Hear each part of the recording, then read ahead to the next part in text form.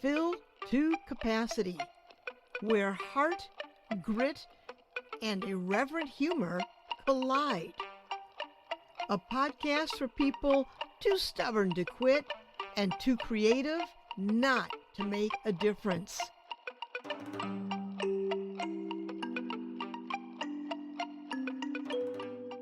Hi, I'm Pat Benincasa, and this is Filled to Capacity, episode number 127, Science, Soul, and Second Chances, from saving lives to changing lives.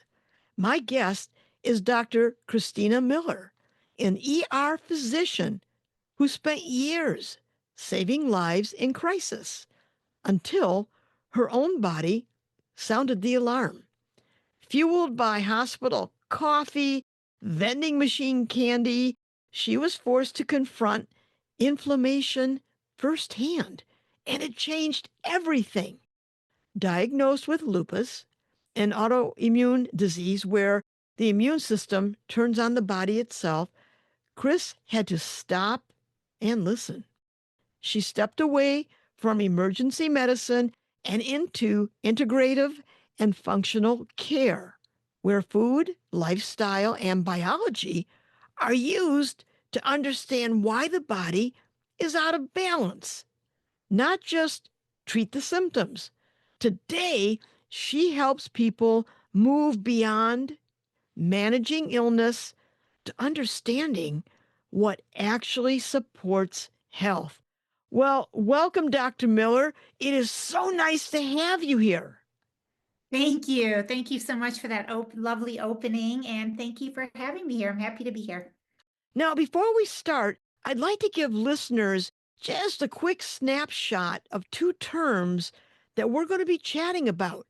Integrative medicine blends conventional medicine care with evidence-based approaches like nutrition, mindfulness, and lifestyle changes. It treats the whole person, not just the symptoms. Functional medicine goes one step further, asking why illness happens by digging into root causes, genetics and environment, stress and diet. Okay, now, Chris, you've seen medicine, well, let me say from both sides of the gurney, as ER doctor and as patient. What did illness teach you about the kind of healing medicine sometimes misses? Thank you. That's a great question.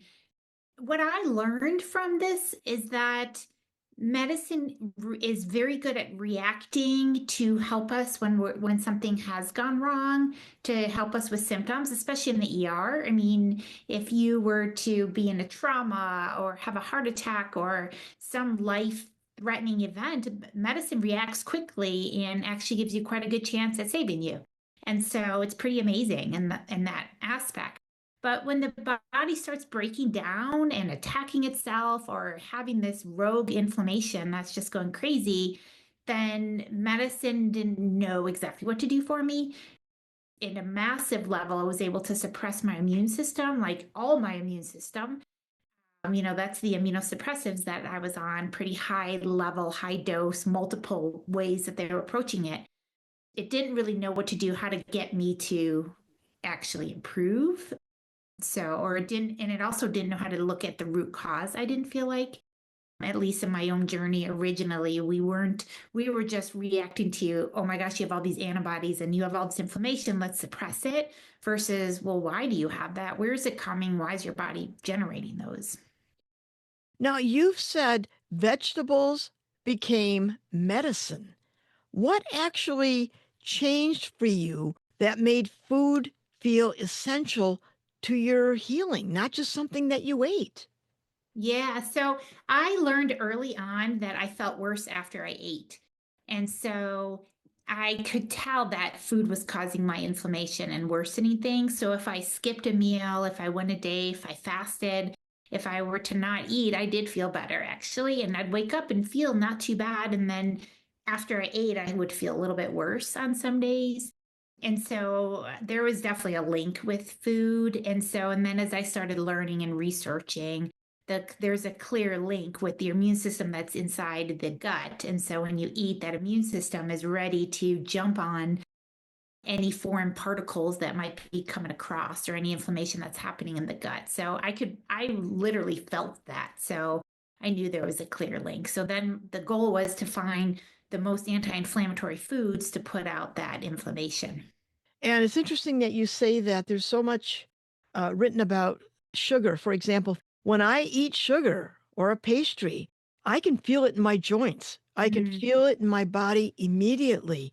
And so having to be attuned to what we put in our mouth, really, it becomes a way of life to be aware of it. That's right. And sugar is so inflammatory for so many people. And I hear that all the time. People come and see me and they say, I just can't eat sugar. It really causes inflammation. I Yeah. think that's what sugar does. So some people have a little bit lower threshold. They feel it right away. And some people have a little higher threshold, but sugar is really inflammatory. So if we can cut that out, that one step alone is a huge step towards less inflammation. Now, I want to shift gears a little bit. After your lupus diagnosis, and here you are, the doctor, and not just a doctor, but in the ER, where you're dealing with crisis, and that's a form of medicine where you are a problem solver. So here you get diagnosed with lupus. What was the hardest adjustment you had to make? So I felt like I was blindsided when I got diagnosed. I thought I was somehow I didn't think it would happen to me. I took care of patients. And so I felt like I was really sort of surprised when I myself had a diagnosis, to be honest. And, in retrospect, why would I be surprised? I wasn't taking good enough care of myself. Of course, that's what happens to the bodies, but it did catch me off guard and kind of knocked me down a bit. So it Yeah. took some regrouping and thinking of things differently, and I had to slow down and make some major changes, and so that took some time to get used to and adjust to for sure. Yeah. And that brings me to my next question. You said in your writings and on your website that healing meant digging deeper. What did that excavation reveal? Not about your body, but about your beliefs. Hmm. I think what happened was I started reading and researching how some people were able to improve their immune system, calm things down, and turn off those antibody production. And so I started making changes of my own, changing my diet, changing my lifestyle, doing what others had done, but I didn't get the same results. And so I didn't get better right away. I didn't feel better at all, actually. It kept progressing. And so that's where I had to do the deeper dive and figure out, okay, it's not just food as medicine, but why my body doesn't even like this food.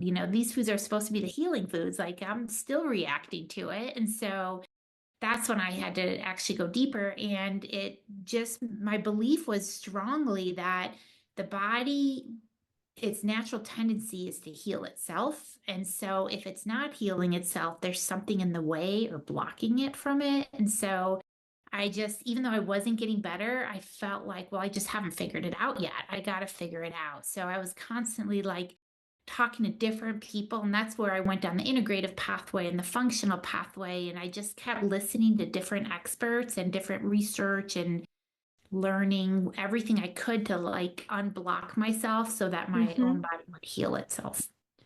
What you're really talking about is listening. So, going down that path, how did that change the way you listen to your patients and to yourself as a doctor? I mean, did that change?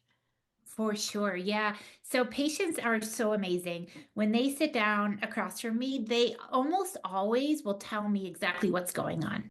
So they're coming to see me and they'll say, "Well, I feel this, or when I do this, I have this." And they almost always, the story is there in what they say. So patients already know. And so it's really interesting. And so if you really stop and listen and let someone talk and really think about what's going on, the answers often kind of come to light, or especially when we go back and forth with it, that you can really get answers. So, and sometimes you can't, but I still strongly feel that people's bodies, if they're not getting better, there's a reason for that. Yeah. And so that's where we try to figure out what is that. Are you deficient in something? Is there a hidden virus or a toxin causing your immune system to be activated? Sometimes it is a genetic thing. And so those people have to be even stricter, or we have to do a little bit more steps to quiet it down. But there's usually something we can do to have our own bodies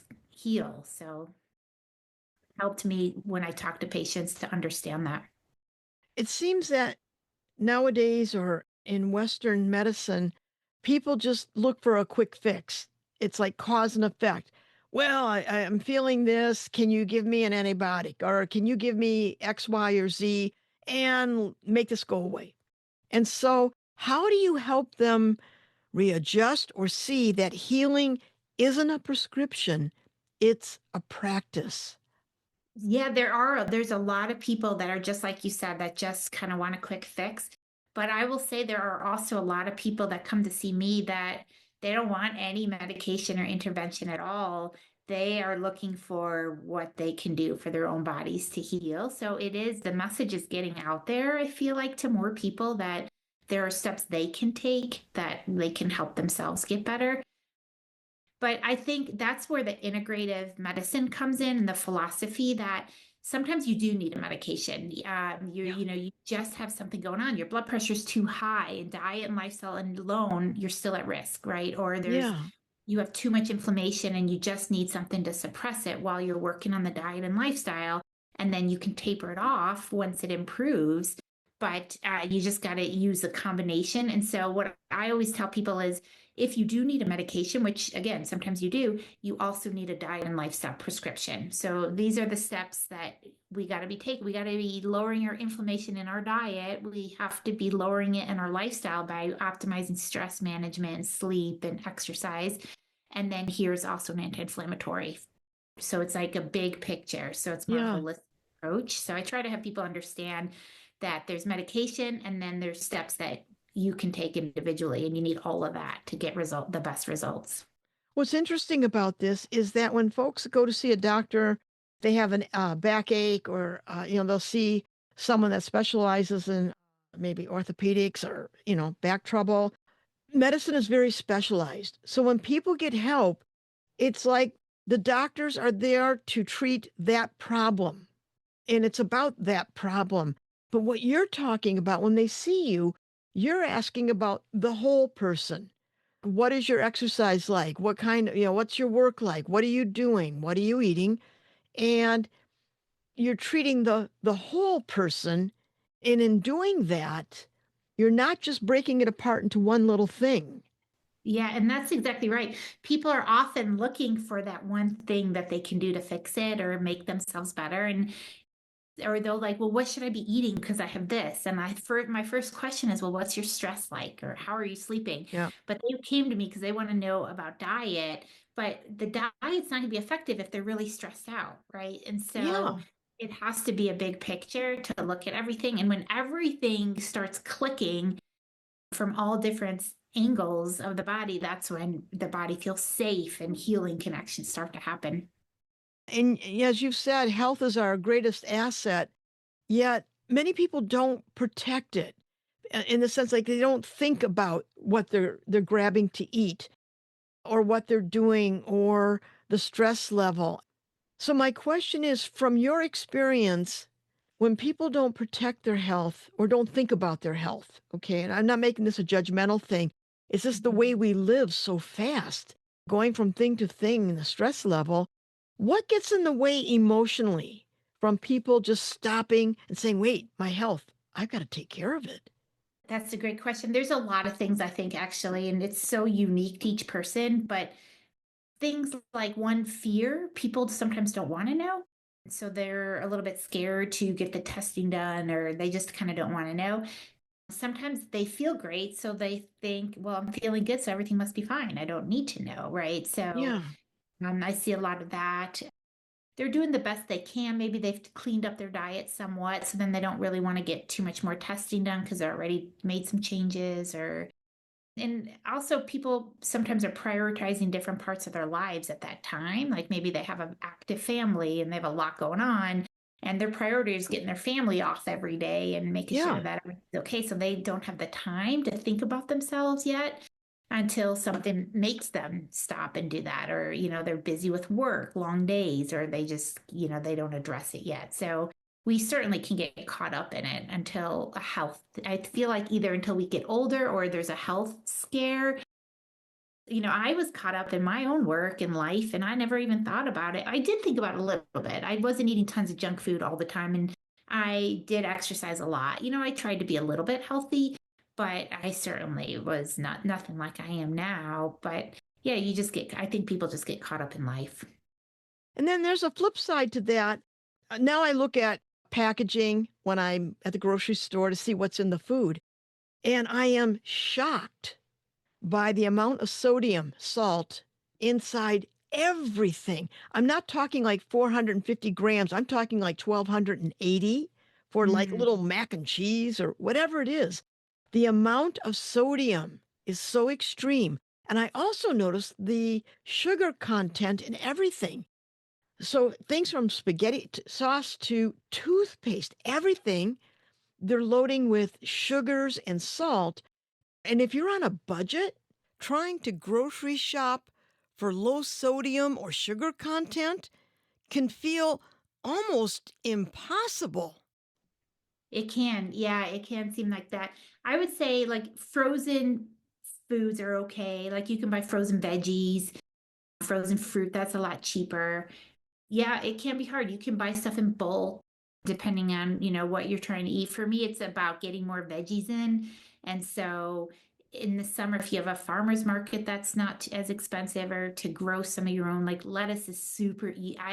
I can grow nothing in my garden here in Colorado, but I can grow lettuce. Like lettuces, they're hardy, they're like weeds, and so when everything else died, I had my lettuce all summer. And so that was, cheap. I got to go out there and cut my bottom of seeds super cheap. So no, it can be pricey. It's true. And it's unfortunate that we're not in an environment where healthy eating is the go-to, the easy way to go, but it's not. So one, we have to put more effort in. We have to override any other choices to Yeah. choose more junk food or less healthy food, and it can be expensive and hard to get and prepare and stuff. So but we have to make that decision, make a plan, figure out what a plan is, how you're going to do it. And I feel like once we each have a plan in place, then we can make that happen. And do you advise your patients, suggesting to them to see a dietitian or nutritionist to make a plan? Yeah, it depends.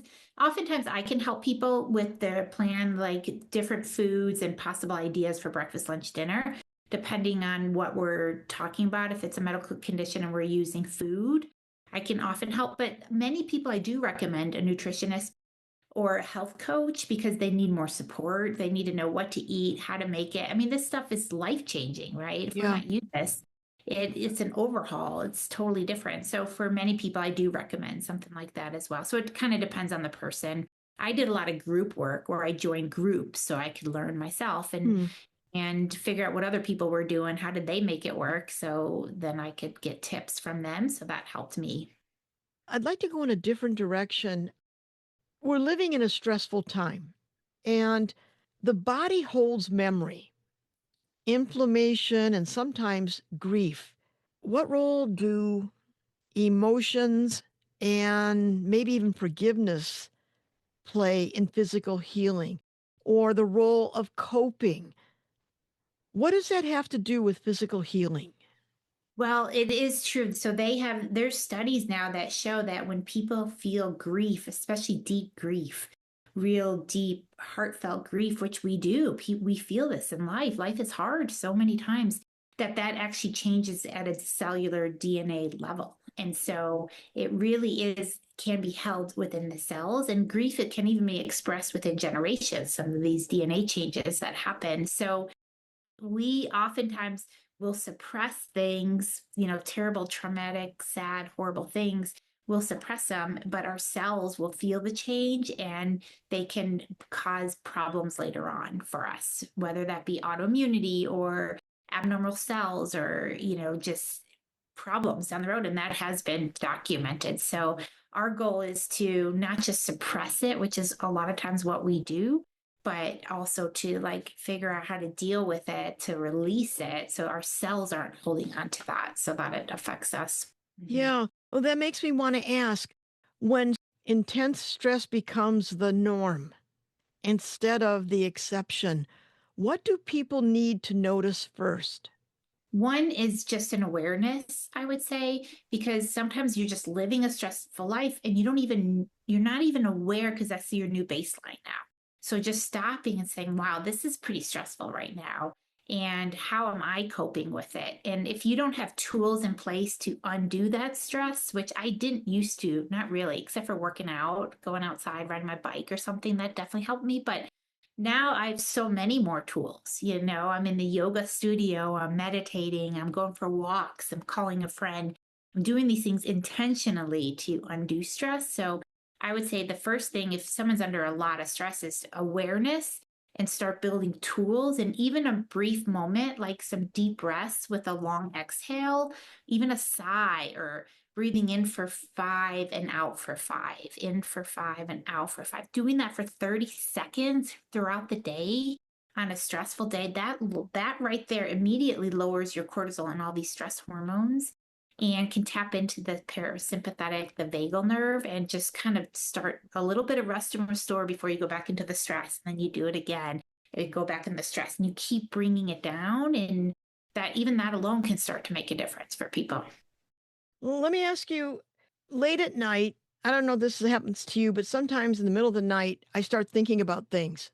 I'll bolt awake and all these things are, oh, this happened today, or oh my gosh, and what am I going to? And I know it's my stress acting out. And I also know that I have to tell myself it's 3 o'clock in the morning.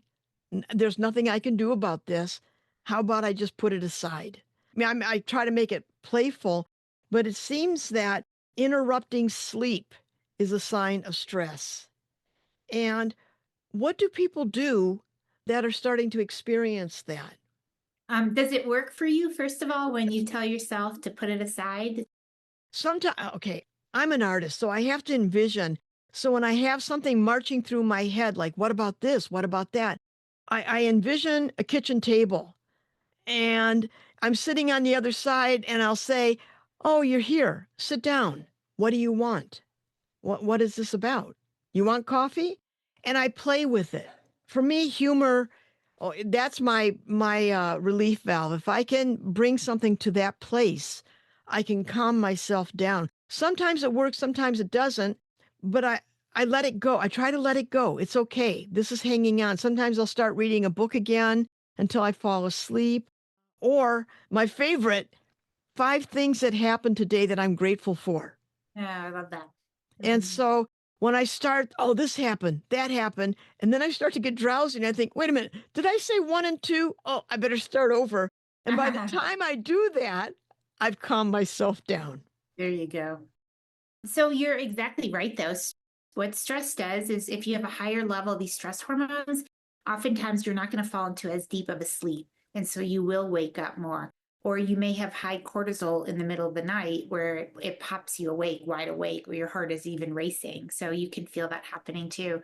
They can be signs of other things too. So, if you have sleep apnea, you're going to wake up and be wide awake. So there, or restless legs, or there's other causes that wake people in the middle of the night. So if that's happening regularly, someone should probably get checked to make sure it's more than just stress. Something else isn't going on that can be treated. But once you've done that and you know it's none of those, yeah, dealing with the stress is a big deal. And there's all sorts of things that can be helpful, and each person is different. Yeah. So, figure out what works for you, of course. But some of the ideas are definitely dealing with it during the day as much as you can. So, even just 10 minutes of meditation has been shown to help lower stress and help people sleep. Whether you do it in the morning or the evening can be helpful. For me personally, I was waking up all night long. And when I do yoga, on days I do yoga, I sleep through the night. On days I don't do yoga, I wake up. And so I was like, Hmm. I need to do yoga every day. Like it's so dramatic for me, the change that happens. And there's data to that, that's a parasympathetic. I do about 25 minutes of yoga. And that's enough for my parasympathetic to calm down all that stress and help me to fall into a deeper sleep where I'm not waking up anymore at night. Tools like going for a walk, morning sunlight, dark at night, all the sleep hygiene tools. Some people journaling at night. So all these stressful things, instead of doing it at 3 a.m., doing it, at 9 p.m. and writing about what you're grateful for, what a great, how amazing, how lucky you are for this day you just had. And anything that was a challenge that maybe you want to, for tomorrow, or what's going on in the world, or anything that's worrying you, you can jot it down. So, and once you write it down, it's kind of out of your head a little bit and you can release it. So it helps you go to sleep.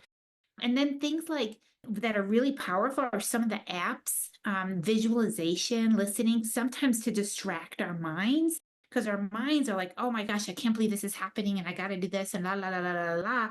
But now you turn on a story or something that's progressively, and you listen to that, and these thoughts just shut up. And now you can relax again and get back to sleep. Or the progressive relaxation is like you imagine tensing your toes and relaxing them, tensing your feet and relaxing them.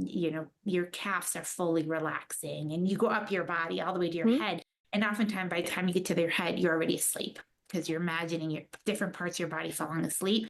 And that's enough to distract your mind from these thoughts so you can go back to sleep. So there's a lot of tools that are powerful, but starting a program where you figure out what works for you can be very helpful. It seems like bottom line is that we're not meant to absorb tension. We're not meant to absorb grief. We're not meant to keep having these things happen and then we hold them inside like we're a fortress. We're not made that way. And what Mm-hmm. you're talking about is this kind of release. Release this. Don't carry it. Let it go. That's right. And if you think of the stress response, it's designed just for that, right? The stress response is the old, what we used to always say for years and years was the saber-toothed tiger is chasing you, Hmm. and your stress response kicks in so you can outrun that tiger, sneak away, climb a tree, whatever you need to do to get away from that tiger. And when it shifts and goes a different direction, you're free. And so what you did was you exercised it and you got away from it. So instead of just sitting with it, you worked it off, and now you release it and you can go back to your life and you're not just holding on. But in the modern world, one, it's not a quick stressor. It's an ongoing stressor. It just keeps going because we Yeah. keep ruminating in our heads and we keep bringing it up over and over and over and over again, and it never dies. So it's not a brief stressor like in the old days where it was a quick thing and then it passed. And two, then we were exercising, we were running it away, we were, physical. And now I'm just sitting here ruminating. And so I'm not working off these stress hormones. I have no way of dealing with it except to letting it go, harm myself internally and be in my head. And so those are things we want to work on. How can we let it go? What does it take? And or deal with it. Journaling is a powerful tool too. As you Yes. write, oftentimes I'll write and be like, I can't believe it. I don't know how I'm going to handle this. Da da da da da. After a few pages, usually by about the third, I'm coming up with answers. Hmm. That's what I need to do moving forward. And you become so optimistic and you deal with it on paper.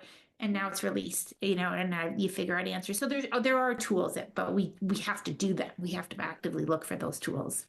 And it also seems that as you were talking, I was trying to visualize what would be the opposite of release. And I had this image of somebody clutching and Mm, the old, I'll ignore it and it'll mhm. go away. Now, that has not always been successful for me. That if I ignore something and say, well, it'll go away, no, it doesn't go away. It's just waiting to come in through the back door. Yeah. So the Yeah. idea of release is very different than acknowledging, not ignoring, but opening yourself to it so Mhm. that when we feel all these things, we can at least let it go through our body. But to ignore it, when I've ignored things, I think I could put a lid on it, and that's not terribly successful. It comes Mhm. out in other ways. Yeah, no, absolutely agree. And sometimes you have to do that because you're Yeah. coping. You have things going on, and that's the best you have at that moment. So we're all doing the best we can in the moments we're in, but at some point it has to be released. And if there's a way that, and often we need help once we really suppress it and it's inside of us, then, and I was listening to, I think it was Eckhart Tolle, and he's just like things should be moving through you at all times.